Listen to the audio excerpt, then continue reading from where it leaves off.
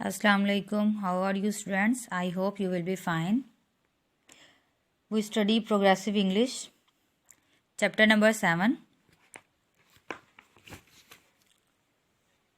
searching. And subtopic is reading a news report. Amy Johnson is the 60-year search over. इसकी जो reading है हमारे पास 4 paragraph में divide हुई हुई है। सबसे पहले हम फर्स्ट वाला पैराग्राफ पढ़ते हैं। Amy Johnson was once known all over the world for her achievements in solo flying. Amy Johnson एक लेडी थी जो सोलो फ्लाइंग के कारनामे में एक दफ़ा पूरी दुनिया में जानी जाती थी। इन 1930 में at the age of 26 she became the first woman to fly 10,000 miles solo from England to Australia in her little green aeroplane, a de Havilland Moth। 1930 में 26 साल की उम्र में वो इंग्लैंड से ऑस्ट्रेलिया जाने वाले 10,000 मील का सोलो प्रवास करने वाली पहली खातून बन गईं। वो परवाज़ उन्होंने अपने छोटे सबज़ हवाई जहाज़ डी हैविलैंड में की। इट टुक हर 20 डेज, उससे करने में उन्हें 20 दिन लगे। The first part of the journey, उनके सफ़र का जो पहला हिस्सा था, from southern England to Karachi took her 6 days which was a record. उन्हें जनूबी इंग्लैंड से कराची के सफ़र के पहले हिस्से में इन्हें 6 दिन लगे, जो कि एक रिकॉर्ड था। Her death has always been a mystery, उनकी जो मौत थी वो हमेशा इसरार पर रही।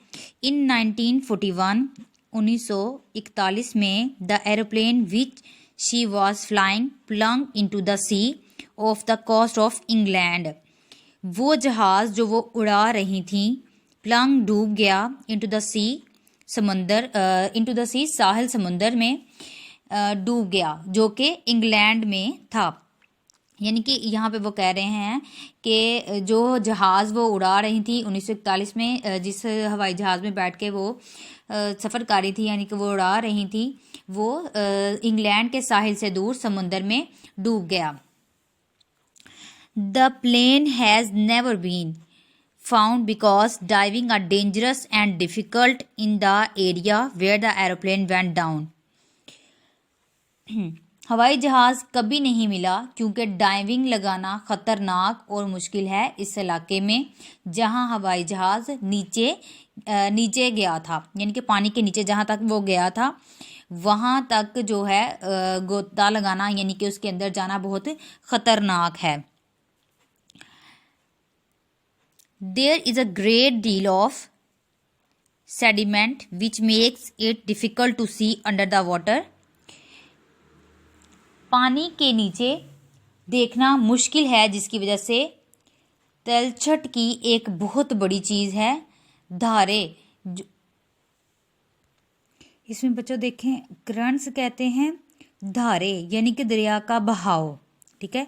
और इसमें सेडिमेंट कहते हैं तलछट, जो चीज़ पानी के नीचे, जब जहाज़ जैसे कि जब डूबा है वो, तो वो पानी के नीचे जाकर बैठ गया, तो उसे हम यहाँ पे कहेंगे कि तलछट। एक बहुत बड़ी चीज़ जो पानी के नीचे जाकर बैठ जाती है उसे हम कहेंगे तलछट। Are very strong and the area is close to the shipping lanes, ये वो कह रहा है कि पानी के नीचे, यहाँ से हमने स्टार्ट किया। There is a great deal of sediment which makes it difficult to see under the water. The currents are very strong and the area is close to shipping lanes. पानी के नीचे देखना, यहाँ पे वो कह रहा है कि पानी के नीचे देखना बहुत मुश्किल है, जिसकी वजह से तलछट यानी कि बहुत बड़ी चीज़ है जो पानी के नीचे जाकर बैठ गई है, और उस समुंदर की लहरें जो हैं वो बहुत मजबूत हैं। और ये वो बता रहा है कि ये इलाका किसके नज़दीक है, शिपिंग लैंड जो है उसके करीब है ये इलाका। It is thought that She plunged into the water because her aeroplane ran out of fuel, but many people did not and do not believe that. इसमें अब ये चीज़ सोची जाती है कि वो पानी में डूब गई क्योंकि उसके जहाज़ में से फ्यूल जो था वो ख़त्म हो गया था, जिसकी वजह से वो जो है डूब गई पानी में।